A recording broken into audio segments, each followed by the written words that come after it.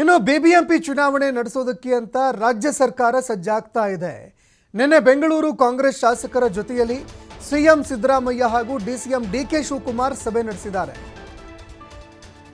BBMP ಚುನಾವಣೆ ನಡೆಸೋದಕ್ಕೆ ಈಗಾಗಲೇ ಮಾತುಕತೆಗಳು ಕೂಡ ನಡೆದಿತ್ತು. ಅದೇ ರೀತಿಯಾಗಿ ಸರ್ಕಾರ ಕೂಡ ಈಗ ಸಜ್ಜಾಗಿದೆ.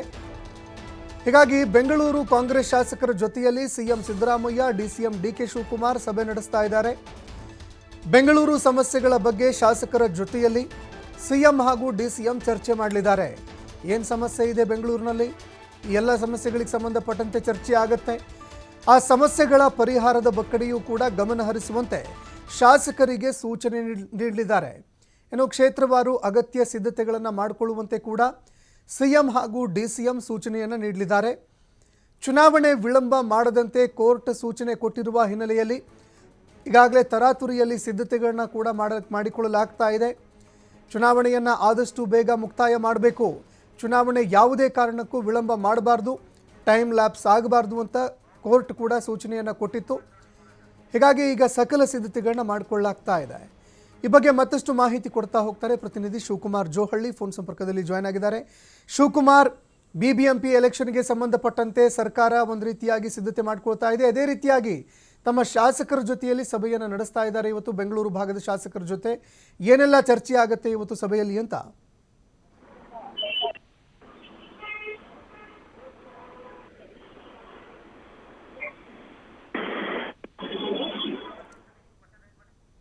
ಶಿವಕುಮಾರ್, ಈಗಾಗಲೇ ಬಿಬಿಎಂಪಿ ಚುನಾವಣೆಗೆ ಸಂಬಂಧಪಟ್ಟಂತೆ ಸಿಎಂ ತಯಾರಿಯನ್ನು ಮಾಡಿಕೊಳ್ತಾ ಇದ್ದಾರೆ. ಮತ್ತೊಂದೆಡೆಯಲ್ಲಿ ಬೆಂಗಳೂರು ಭಾಗದ ಶಾಸಕರ ಜೊತೆಯಲ್ಲಿ ಸಭೆ ಕೂಡ ನಡೆಯುತ್ತೆ. ಏನೆಲ್ಲ ಚರ್ಚೆ ಆಗುತ್ತೆ ಈ ಸಭೆಯಲ್ಲಿ ಅಂತ?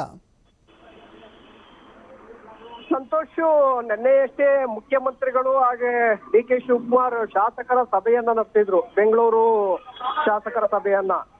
ಯಾಕೆಂದ್ರೆ ಕಳೆದ 4 ವರ್ಷಗಳಿಂದ ಬಿಬಿಎಂಪಿಗೆ ಚುನಾವಣೆ ಆಗಿಲ್ಲ, ಬೆಂಗಳೂರಿನ ಅಭಿವೃದ್ಧಿ ಕೂಡ ಕುಂಠಿತ ಆಗ್ತಾ ಇದೆ, ಸಾಕಷ್ಟು ಸಮಸ್ಯೆಗಳು ಕಾಣಿಸ್ತಾ ಇದೆ.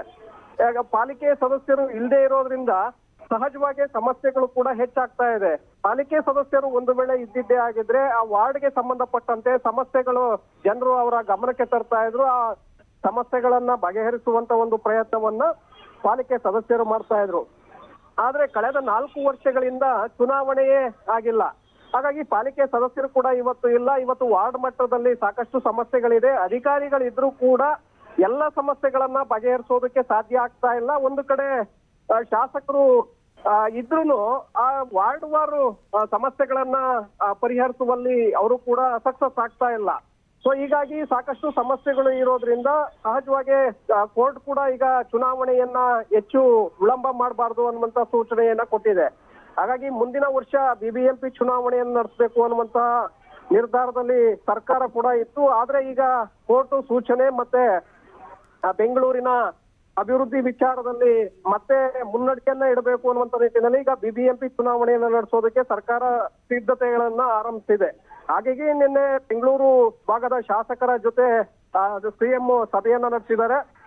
ಈಗ ತಯಾರಿಯನ್ನ ಮಾಡಿಕೊಂಡು ಕ್ಷೇತ್ರವಾರು ಸಮಸ್ಯೆಗಳನ್ನ ಪರಿಹರಿಸುವ ಮೂಲಕ ಅಭಿವೃದ್ಧಿಗೆ ಹೆಚ್ಚಿನ ಒತ್ತನ್ನ ಕೊಡೋದು, ಈ ಮೂಲಕ ಬಿಬಿಎಂಪಿ ಚುನಾವಣೆಯನ್ನು ನಡೆಸಿದ್ದೆ ಆದ್ರೆ ನಾವು ಅಧಿಕಾರವನ್ನ ಹಿಡಿಯಬಹುದು ಅನ್ನುವಂತ ಒಂದು ಲೆಕ್ಕಾಚಾರ ಕಾಂಗ್ರೆಸ್ ನಾಯಕರಿಗಿದೆ.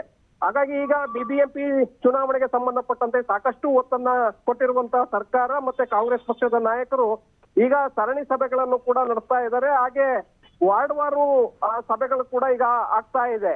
ಸೊ ಯಾಕೆಂದ್ರೆ ಈ ಚುನಾವಣೆ ಬಿಬಿಎಂಪಿ ಚುನಾವಣೆಯಲ್ಲಿ ಹೆಚ್ಚು ಸಿಟ್ಟು ಬಂದಿದ್ದೆ, ಬಿಬಿಎಂಪಿ ಅಧಿಕಾರವನ್ನ ನಾವು ಹಿಡ್ಕೊಂಡಿದ್ದೆ ಆದ್ರೆ ಮುಂದೆ ನಮ್ಗೆ ಹೆಚ್ಚಿನ ಒಂದು ಲಾಭ ಆಗುತ್ತೆ ಅನ್ನುವಂಥದ್ದು ಸರ್ಕಾರದ ಲೆಕ್ಕಾಚಾರ. ಹಾಗಾಗಿ ಈಗ ಸಿದ್ಧತೆ ಆರಂಭಿಸಿದೆ. ಸಂತೋಷ್, ಧನ್ಯವಾದಗಳು ಶಿವಕುಮಾರ್ ನಿಮ್ಮೆಲ್ಲ ಮಾಹಿತಿಗೆ.